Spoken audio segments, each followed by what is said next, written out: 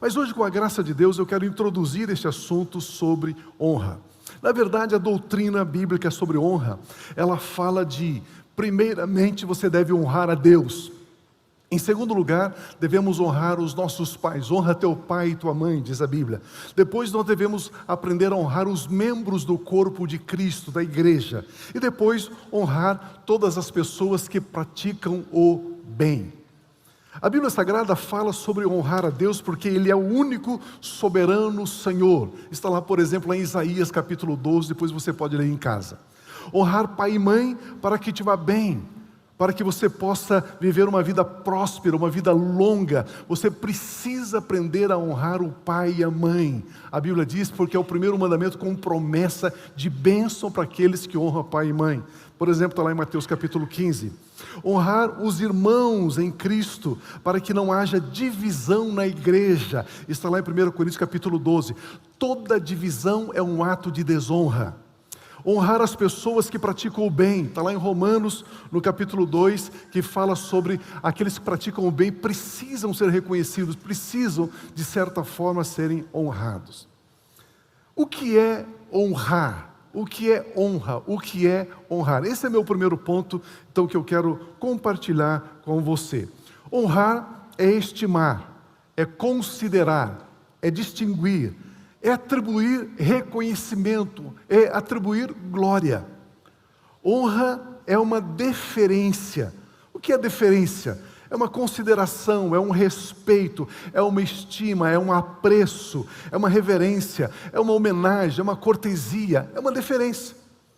Para se ter uma vida terrena abundante, feliz, exige-se a observância de alguns valores, a prática de alguns valores. A vida abundante, espiritual, emocional e até mesmo materialmente falando, pede a prática de alguns valores e de alguns princípios. Se não praticarmos alguns princípios, alguns valores, dificilmente nós vamos ter esta vida abundante. Dificilmente, como diz Paulo em Coríntios capítulo 5, dificilmente nós reinaremos em vida, conforme diz a palavra. A base, imagina que nós vamos colocar aqui uma fundação, uma base. E vamos colocar aqui 3 pedras bem grandes. A primeira pedra chama-se amor. A segunda pedra chama-se humildade. E a terceira pedra chama-se honra. Agora, em cima dessa fundação, dessa base sólida, amor, humildade e honra, nós vamos colocar 3 colunas. O nome de uma coluna é dízimo. O nome da segunda coluna é primícia. O nome da terceira coluna é voto. E essas 3 colunas sustentam as nossas finanças, sustentam os nossos bens materiais.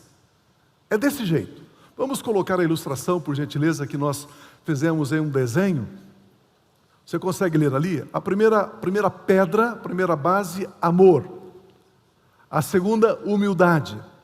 A terceira, honra. Então nós estamos falando de uma fundação, ok? Depois nós temos a primeira coluna, primícias. A segunda coluna, dízimos. E a terceira coluna, votos. Nós cristãos nem sabemos o que é voto, né? É um assunto tão mal ensinado nas igrejas que as igrejas nem sabem o que é voto. Você nem sabe que quando você faz um voto, Deus designa um anjo para estar do seu lado para que esse voto possa acontecer. A gente nem sabe disso, está tudo na Bíblia, né? Mas a nossa falta de conhecimento deixa a gente assim meio, né? Será? E o que essas 3 colunas sustentam? Finanças eternas. E quando nós estamos falando de finanças eternas, não só finanças aqui na terra, mas também por toda a eternidade. Porque tudo que eu e você já estamos fazendo hoje, já estamos fazendo para a eternidade também.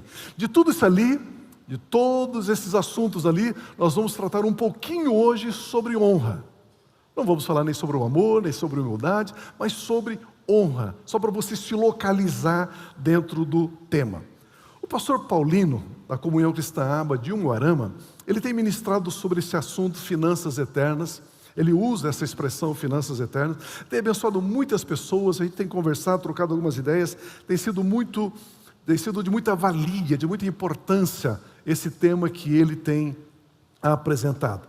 Então, o que compõe a base do tema finanças eternas é amor, humildade e honra. Eu quero então ler o texto áureo, o texto principal que está em Provérbios, capítulo 3. Vamos ler ali, por gentileza.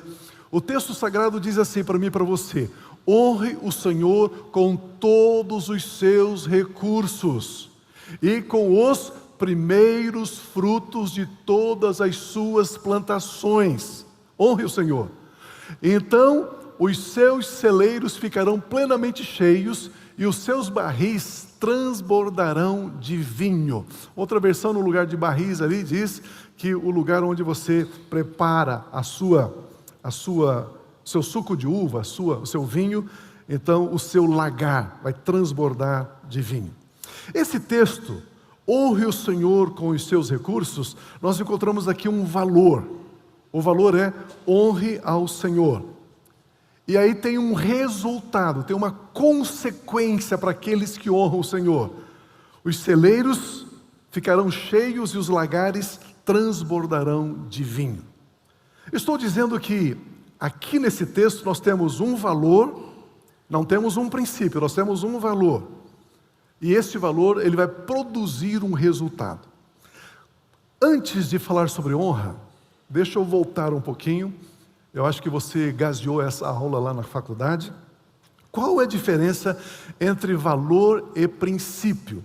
Nós, muitas vezes, falamos como se fosse sinônimo, né? Não, esse é meu princípio, eu tenho um princípio. Não, esse é meu valor, eu tenho um valor, eu tenho um princípio.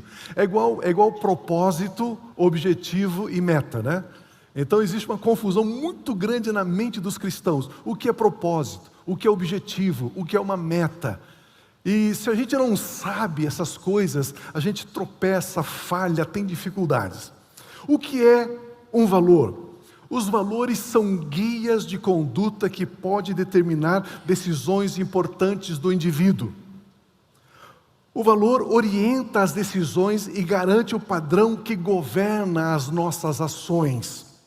O valor é para o indivíduo, para a pessoa. Aquela pessoa tem aquele valor. Valor é um conjunto de ações que conduzem e determinam os resultados da vida de uma pessoa. Eu tenho um valor. Se surgir uma situação, eu nem vou pensar, eu vou perguntar, como é que eu vou agir agora? Porque esse valor, que é um conjunto de ações, já me conduz, já me diz o que fazer, porque eu já tenho esse valor pré-concebido, esse valor já é meu.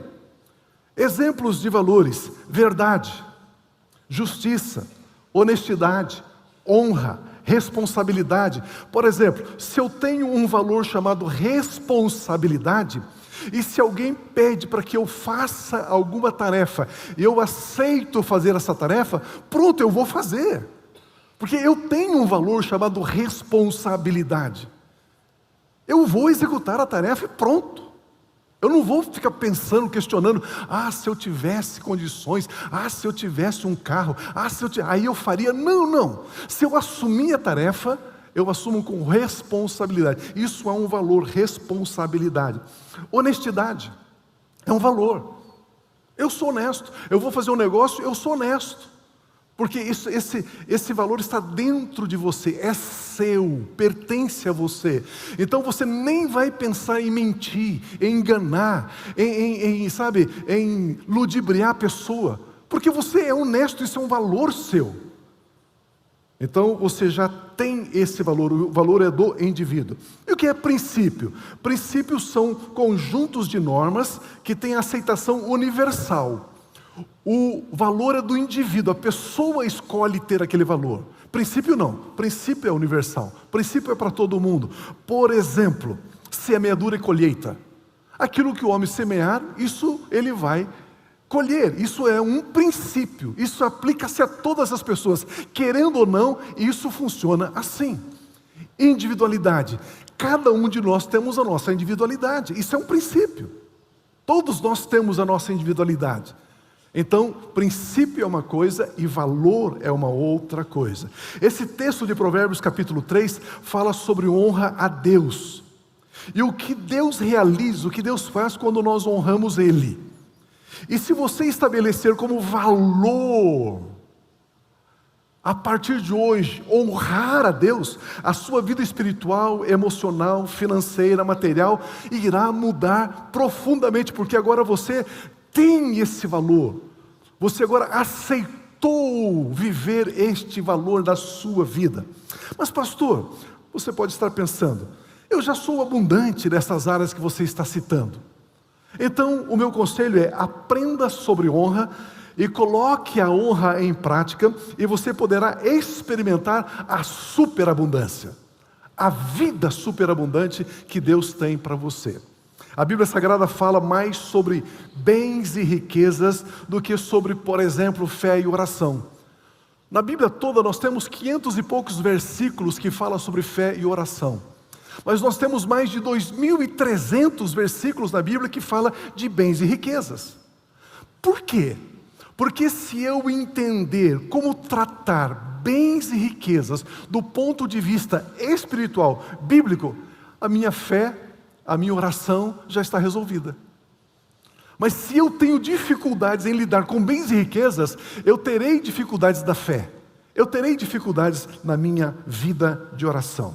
Então, antes de falar sobre como Deus enche os nossos celeiros e os nossos lagares, eu quero ver com você o que de fato agrada a Deus nas nossas vidas. O que é que Deus de fato quer? Malaquias capítulo 1, versículo 6 em diante, diz assim: o filho honra o pai. Nós estamos falando sobre honra, ok? Então o filho, ele honra seu pai. E o servo, ele honra o seu senhor. Se eu sou pai, onde está a honra que me é devida? Se eu sou o Senhor, onde está o temor, a honra que me deve? Pergunta o Senhor, Deus dos exércitos, a vocês sacerdotes. São vocês que desprezam o meu nome. Mas vocês perguntam, de que maneira temos desprezado o teu nome, Deus? Trazendo comida impura ao meu altar.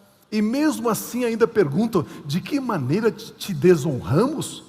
Ao dizerem que a mesa do Senhor, o altar do Senhor é desprezível. Na hora de trazerem animais cegos para sacrificar no altar, vocês não veem mal algum. Na hora de trazer animais aleijados e doentes como oferta, também não veem mal algum.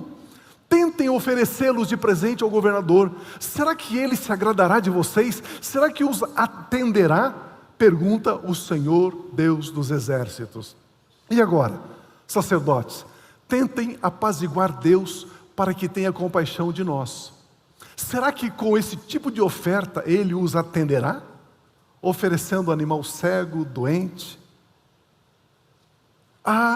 Se um de vocês fechasse as portas do templo, assim ao menos não acenderiam o fogo do meu altar inutilmente. Não tenho prazer em vocês, diz o Senhor dos exércitos, e não aceitarei as suas ofertas. O texto diz assim, olha, não tenho prazer em vocês, e depois eu não aceito as suas ofertas. Percebe o que Deus quer? Primariamente, Ele quer a nós, Ele nos quer, e depois as nossas ofertas. Nós achamos que, não, de qualquer jeito eu posso trazer a minha oferta, aí Deus vai aceitar. Não, Ele não aceita, porque Ele quer a honra. Então no verso 10 nós temos uma sequência que é muito importante. Primeiro Deus diz, eu não tenho prazer, não tenho satisfação em vocês. E só depois Deus diz, então eu também não aceito as suas ofertas. Primeiramente Deus quer ter satisfação. Ele quer ter prazer, Ele quer se agradar de nós. Depois então Deus aceitará as nossas ofertas. Para Deus sempre o ofertante é mais importante do que a oferta. Para o pai, o filho é mais importante do que o presente que o filho pode dar a ele. Que silêncio maravilhoso, aleluia! Porque para Deus, esta sequência é tão importante? Pergunta para mim, por quê? Pergunta como se tivesse almoçado um frango bem gostoso hoje. Por quê? Porque se Deus aceitar as nossas ofertas, Ele obrigatoriamente terá que nos abençoar. Se Ele aceitou a oferta, Ele tem que nos abençoar. Mas pastor, espera lá, como assim Deus tem que? Espera lá. Existe um valor espiritual em Deus. Agora você sabe o que é valor. Que é valor e que é princípio. Então existe um valor em Deus, um valor espiritual em Deus. Olha como Deus pensa. Se você ofertar a Deus, e Deus aceitar a sua oferta, Ele vai ter que abençoar você. Por quê? Porque Deus nunca fica devendo nada a nós. Deus, Ele nunca fica obrigado a nós. Tudo que fazemos para Deus, Ele retribui. Tudo que fazemos para Deus, Ele nos dá em uma medida maior de volta. É assim que a mente de Deus funciona. Nunca que você vai trazer uma oferta para Deus e Deus não vai recompensar você, jamais. Se Ele aceitar a oferta, Ele vai recompensar você. De alguma maneira, em algum momento, você vai colher.